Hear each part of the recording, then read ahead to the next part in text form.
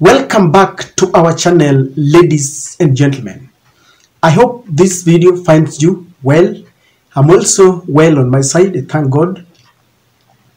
I want to thank those who take their time to support this channel in one way or the other. They say that when the gods want to annihilate you, they first make you mad. And at this rate, the Kenya Kwanza team is either mad or they are slowly growing into madness. I'm saying this because I'm looking at their reaction to the Azimio mass action. You know, mass action is something that is in our constitution.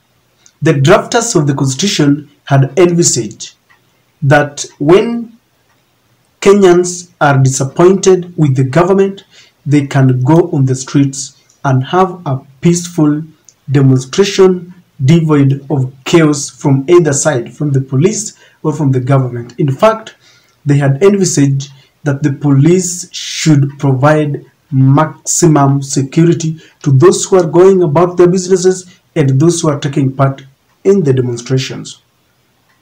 But the reaction of this government is one that is very funny.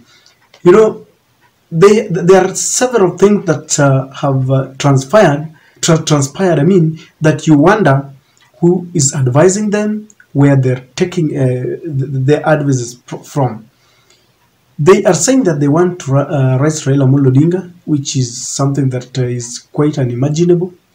They want to shut down the media houses that aired and showed what was happening, forgetting that the international media was also there, including Al Jazeera, BBC, and the CNN.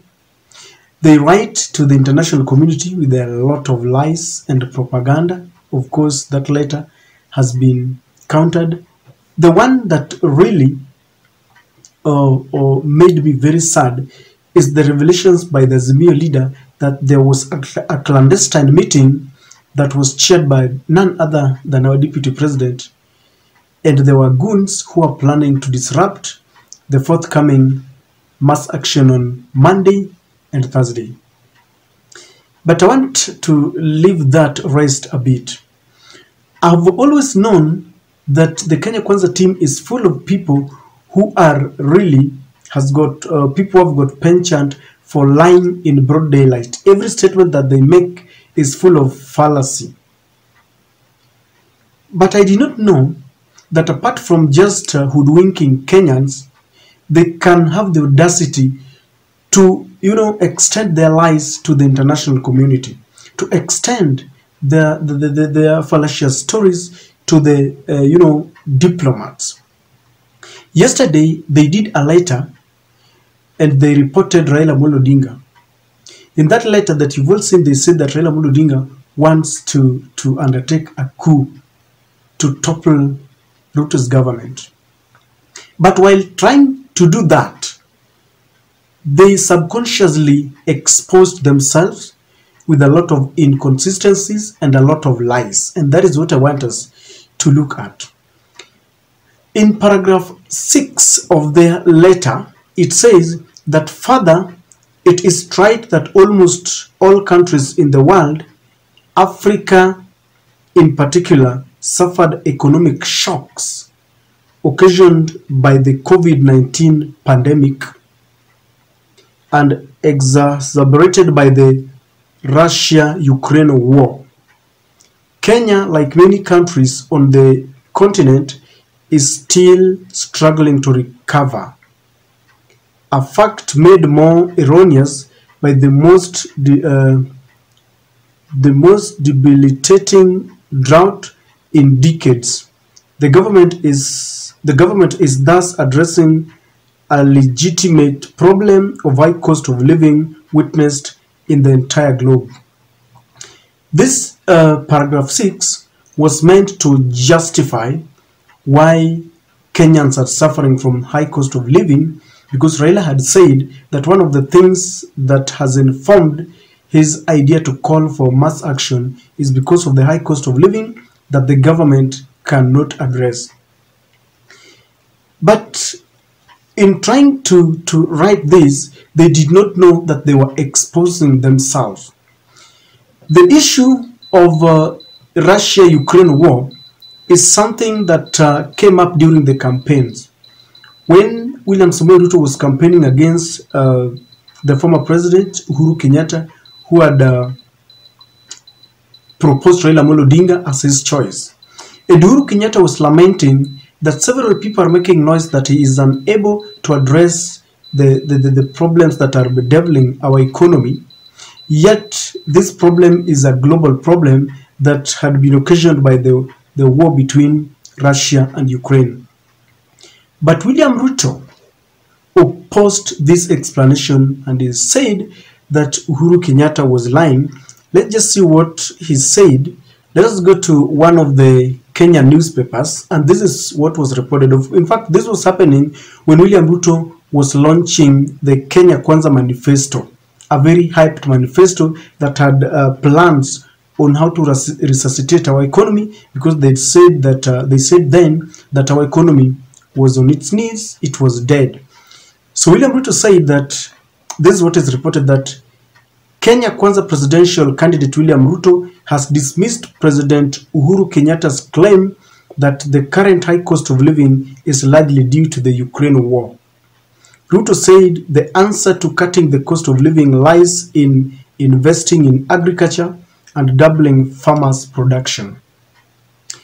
And this is what William Ruto said: this whole story about Ukraine is a lost cause.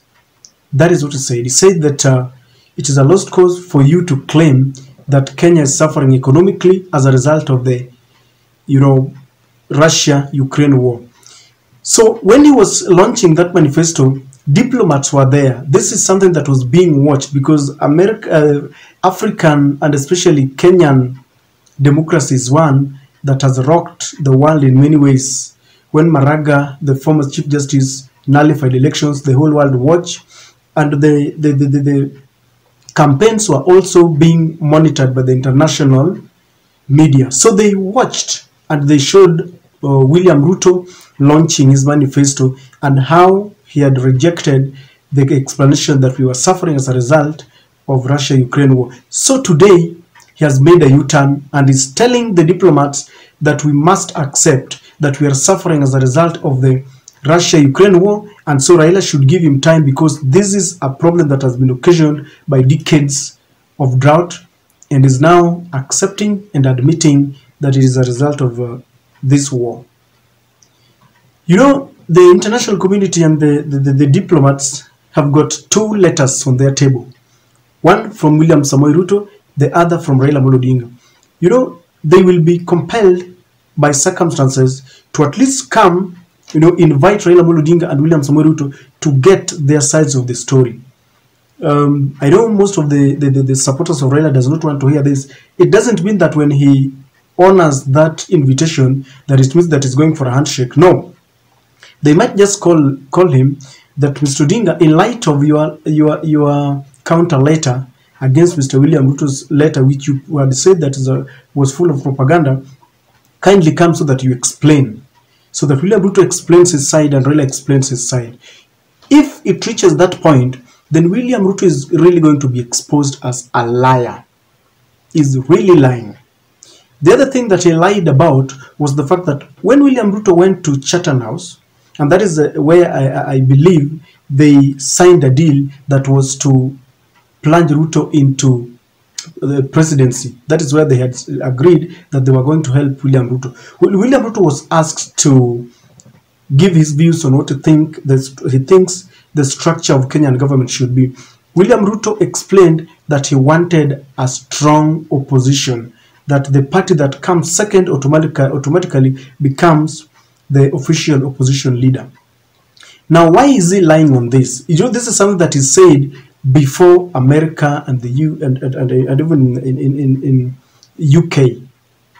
But now, immediately he took oath of office, he started buying the members of Azimio. He continues to do that today, negating what he had promised, that he wanted a strong opposition. If you ask me, William Ruto has been exposed and these diplomats know who he is, and that is why they are lukewarm. That's why he's begging them. You see, they have been friends. I didn't know, I didn't imagine it would reach a point where he's now begging them with a letter. They should have helped him automatically. But they have known that this guy is just a perennial liar. He's exposing himself. So in that letter, ladies and gentlemen, if they are called, then Raila is going to win big. And I'm even thinking that Raila has won big because Raila was speaking facts, quoting our constitution, saying that it is our constitutional right, quoting everything that it is and explaining very explicitly. And this is the reason, ladies and gentlemen, in light of what happened, that I'm saying that William Ruto lost completely. He exposed himself. He embarrassed himself. But as always, these are my thoughts. I don't know what you think. Share with me on the comment section.